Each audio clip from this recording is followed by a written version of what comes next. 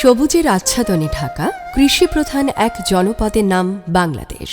কৃষি উৎপাদন প্রক্রিয়াকে নিরাপদ করা এবং জমির উর্বরতা বৃদ্ধির লক্ষ্য নিয়ে পল্লী কর্মসহায়ক ফাউন্ডেশন, PKSF, ইফাদ ও ড্যানিশ এম্বাসির সহায়তায় বেসরকারি সংস্থা আমরা কাজ করি AKK 2023 সালে শুরু করে প্রকল্প rural micro enterprise transformation project RMTP। চরাঞ্চলে ইকোলজিক্যাল ফার্মিং পদ্ধতিতে নিরাপদ সবজি উৎপাদন ও বাজারজাতকরণ শীর্ষক ভ্যালু চেইন উপপ্রকল্প।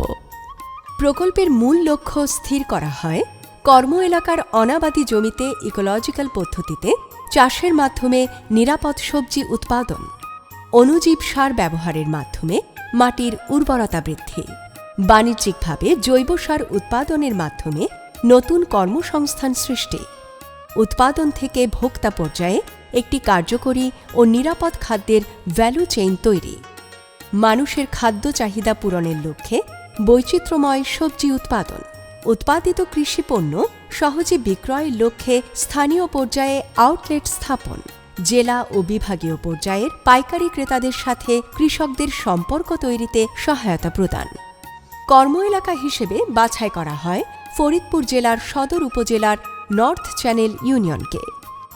ইকোলজিক্যাল ফার্মিং অর্থাৎ পরিবেশের ভারসাম্য, জীববৈচিত্র্য রক্ষা এবং স্থানীয় অবস্থার সাথে অভিযোজনক্ষম কৃষি উৎপাদন পদ্ধতি যা মাটির গুণগত মান রক্ষার পাশাপাশি মানুষের স্বাস্থ্য সুরক্ষায় অসামান্য ভূমিকা পালন করে। এই প্রক্রিয়ার সাথে পরিচিত করাতে প্রথমে প্রকল্পের কর্মকর্তা ও কৃষকদের হাতে কলমে প্রশিক্ষণ বা ওরিয়েন্টেশনের ব্যবস্থা করা হয়। প্রকল্প এলাকার মাটির উর্বরতা ও গুণগত মান স্থানীয় মৃত্তিকা গবেষণা ইনস্টিটিউটে পরীক্ষা করে উপাত্ত সংগ্রহ করে রাখা হয়। পরবর্তী সময়ে ইকোলজিক্যাল পদ্ধতিতে চাষ করার ফলে মাটির গুণগত মান পুনরায় পরীক্ষা করা হয়। চরাঞ্চলের কৃষকরা গৃহস্থালী ও স্থানীয়ভাবে প্রাপ্য উপাদান ব্যবহার করে অণুজীব সার উৎপাদন করে, যা মাটির হারিয়ে ফেলা মান বৃদ্ধিতে ভূমিকা রাখছে। প্রকল্পের প্রত্যক্ষ সহায়তায় কৃষক পর্যায়ে শুরু হয়েছে জৈব সার উৎপাদনের উদ্যোগ। আমরা যে বস্তায় গোবর বইরে তারপরে হলো কয়েকদিন একটু ছড়াই দিয়ে গ্যাস বের করি, তারপরে চারের ভিতরে দিই, তারপরে হলো কেসে দিই, তারপরে কয়েকদিন পর 1 মাস 1.5 মাস পর আবার এটা সার হয়ে গেলে এটা উঠিয়ে আমরা বিক্রি করি, তারপর আবার ফিরে দিই। ইকোলজিক্যাল ফার্মিং পদ্ধতিতে উৎপাদিত জৈব সার কৃষক নিজের চাষে ব্যবহারের পরে উদ্বৃত্ত সার অন্য কৃষকদের কাছে বিক্রি করতে পারছে। যেমন গরুর গোয়াল করতে বাইর করা হয়, এটা ওই জায়গায় 20 দিন রাখা লাগে। 20 দিন রাখা তারপরে এটার ভিতরে আমরা প্রথম দেই অর্ধেক 0.5% কিছু পচা শাকসবজির জিনিস দেই, তারপরে দেখা গেল কিছু রাবিশ আছে, খোল দেই, ভুট্টা বাঙ্গানে ময়লা টলা কিছু দেই, আর পাউডার দিয়ে এগুলো সিস্টেম করা লাগে। মিশ্র পদ্ধতিতে সবজি চাষ অর্থাৎ একই জমিতে একাধিক ফসল উৎপাদন করে কৃষকরা সীমিত জমিতে অধিক ফলন লাভ করছে। আমরা বাজারের সার না দিয়ে জৈব সার দিছি, এখন ফলন বেশি হচ্ছে।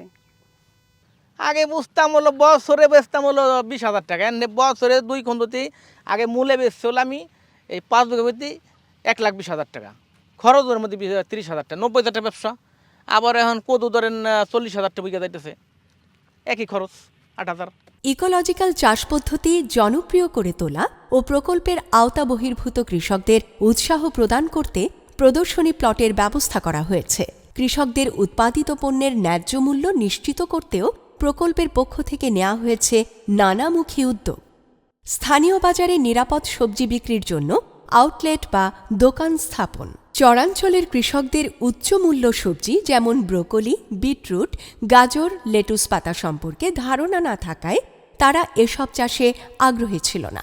RMTP প্রকল্প চালু হওয়ার ফলাফল হিসেবে নর্থ চ্যানেল চরেও শুরু হয়েছে উচ্চমূল্যের সবজি চাষ। এমনি ফুলকপির থেকে বেশি দাম মূল্য দিয়ে নিয়ে যায়, আবার এটা খাইয়ে মানুষ উপকার পাইছে, পুষ্টিকারী জিনিস সেই জন্য নিয়ে যায়। বৈচিত্র্যময় সবজি ও কৃষিপণ্য উৎপাদন হওয়ায় স্থানীয়দের পুষ্টি চাহিদা পূরণের পাশাপাশি খাদ্যাভ্যাসেও এসেছে আমূল পরিবর্তন।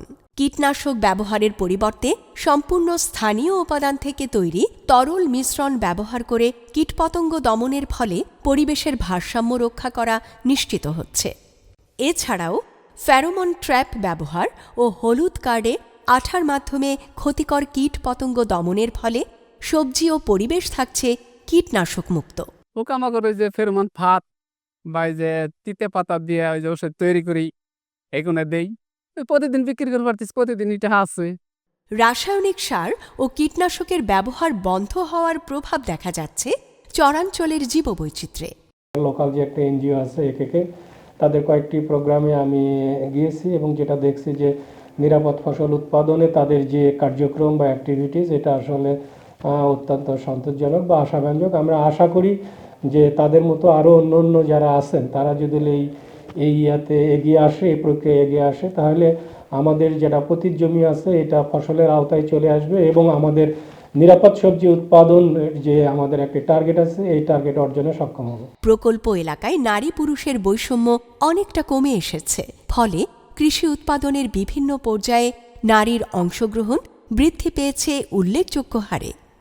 একেকের মূল লক্ষ্য উদ্দেশ্যই হলো অনাবাদি জমিতে বিভিন্ন নিরাপদ সবজি চাষের মাধ্যমে চর অঞ্চলে যারা বসবাস করতেছে তাদের ফসল উৎপাদন খরচ কমানো, উৎপাদন বৃদ্ধি করা, পাশাপাশি হলো যে পরিবেশের ভারসাম্যত রক্ষা করা।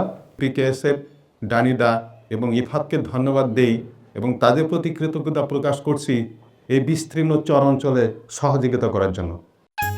বর্তমান ভ্যালু চেইন প্রকল্প চলমান থাকলে এবং এর কর্ম এলাকা বৃদ্ধি করা গেলে দেশের নিরাপদ সবজির চাহিদা পূরণের পাশাপাশি তা ভূমিকা রাখবে জাতীয় প্রবৃদ্ধিতে। একই সঙ্গে নিরাপদ খাদ্য গ্রহণের মাধ্যমে ভোক্তাদেরও পুষ্টি চাহিদা পূরণের সাথে সাথে কমে আসবে চিকিৎসার ব্যয়। মাটির উর্বরতা বৃদ্ধি ও পরিবেশের ভারসাম্য বজায় রাখার ফলে তা সুদূর প্রসারী অবদান রাখবে জাতীয় উন্নয়নে এবং জলবায়ু ঝুঁকি মোকাবেলায় রাখবে অসামান্য অবদান।